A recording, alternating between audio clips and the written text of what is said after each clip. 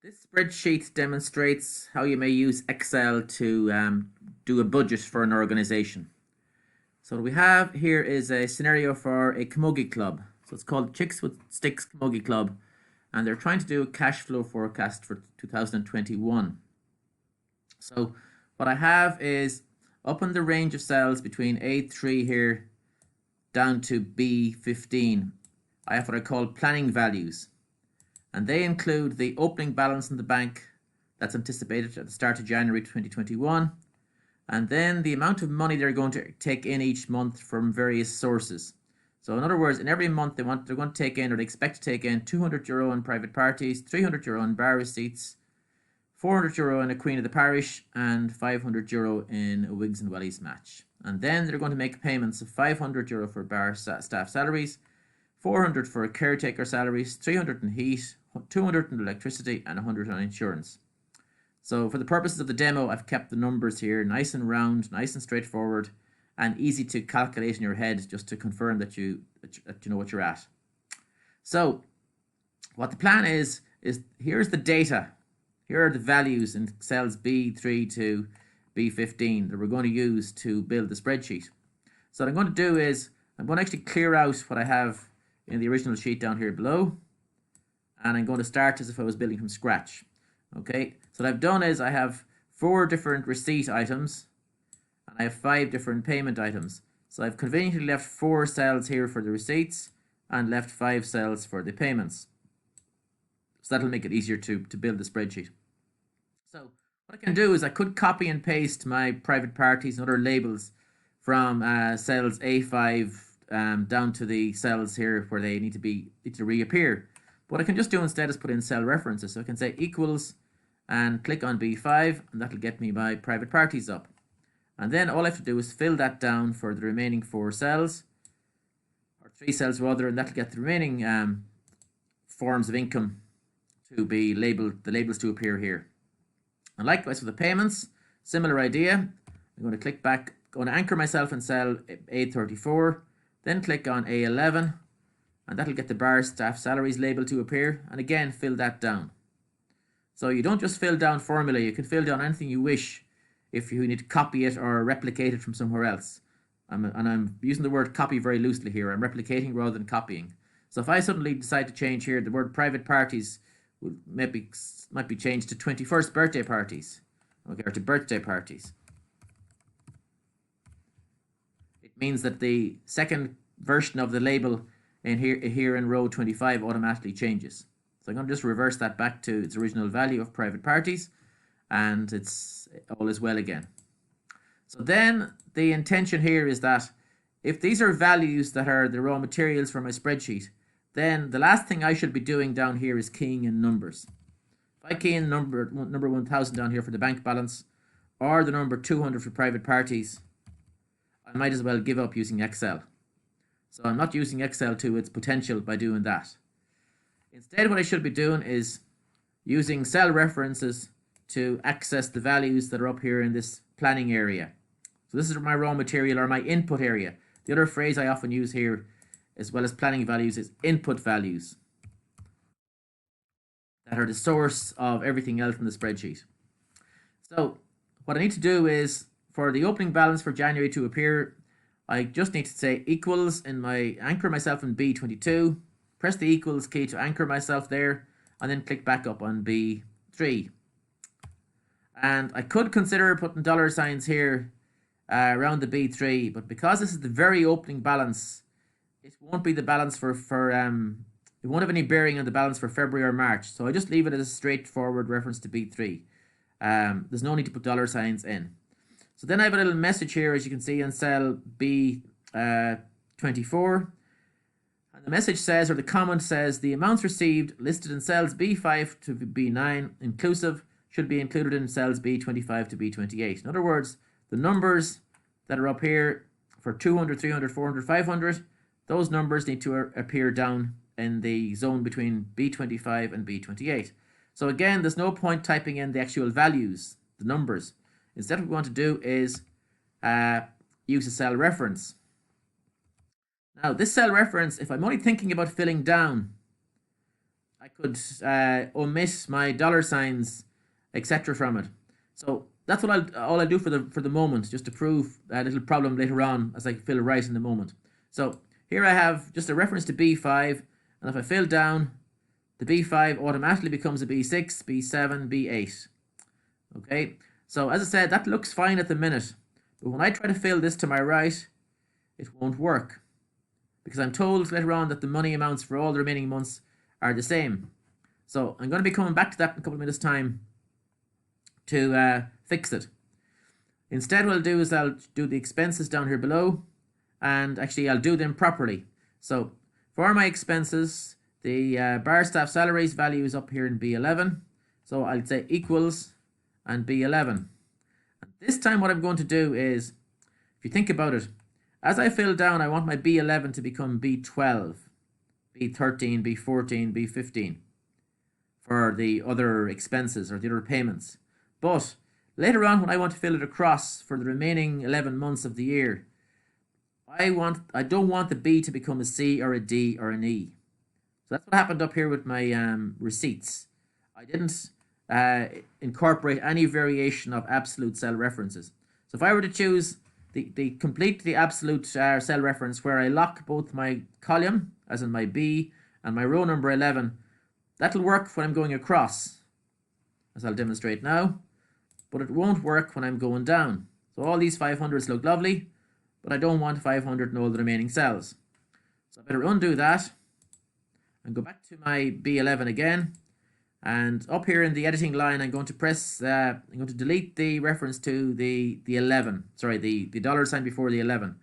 So I'm just going to leave it as $ B11. And now when I fill it right, or fill it down first actually to prove that it works in that regard.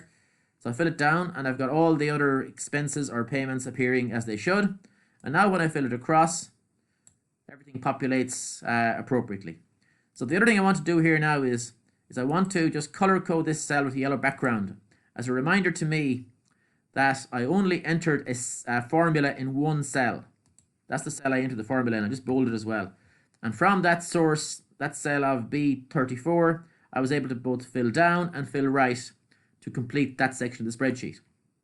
So I'm now going to go back up here and I'm going to clear all the receipts bar, the first one. I'm going to go back into B5 and again remind yourself what you want to do. Do you want to lock the B or do you want to lock the 5? So because we're filling down, we don't want to lock the row. But because all of the other months are drawing upon the January figure, we can lock the B part of it. So I'll press F4 a number of times. Once gives me $2 signs. Then it locks the row but not the column, which is the opposite of what I want. And then lastly, it locks the column. It locks column B and allows the row to float, as I said. 5 can become a 6 or a 7 or an 8 as if I wish.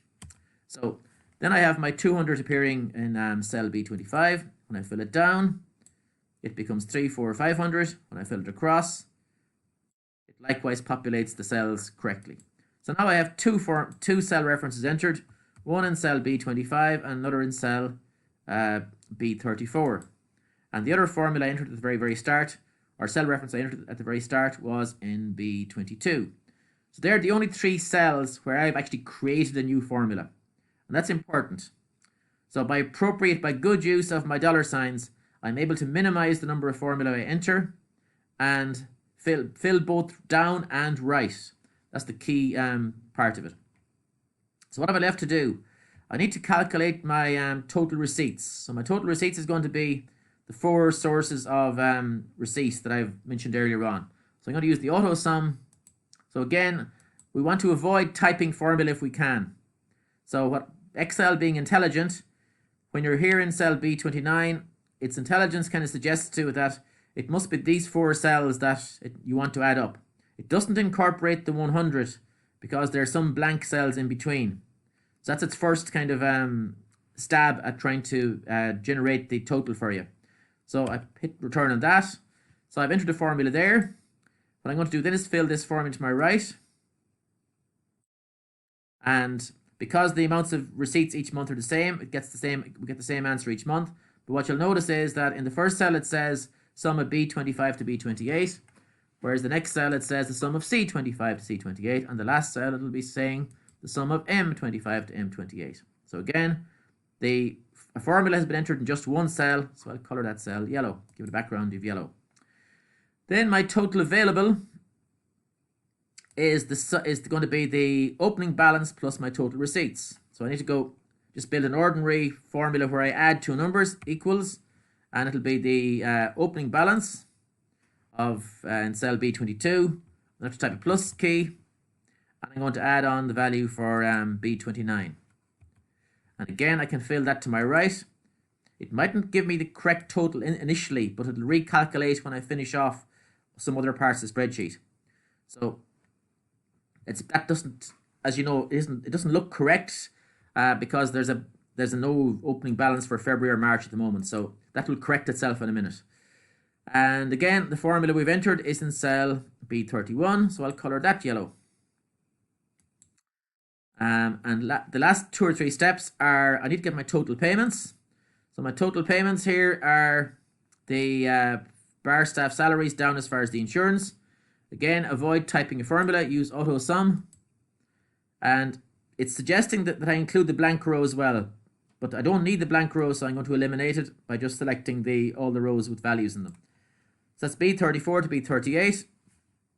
Gives me a value of 1500. And again, I'll fill it to my right.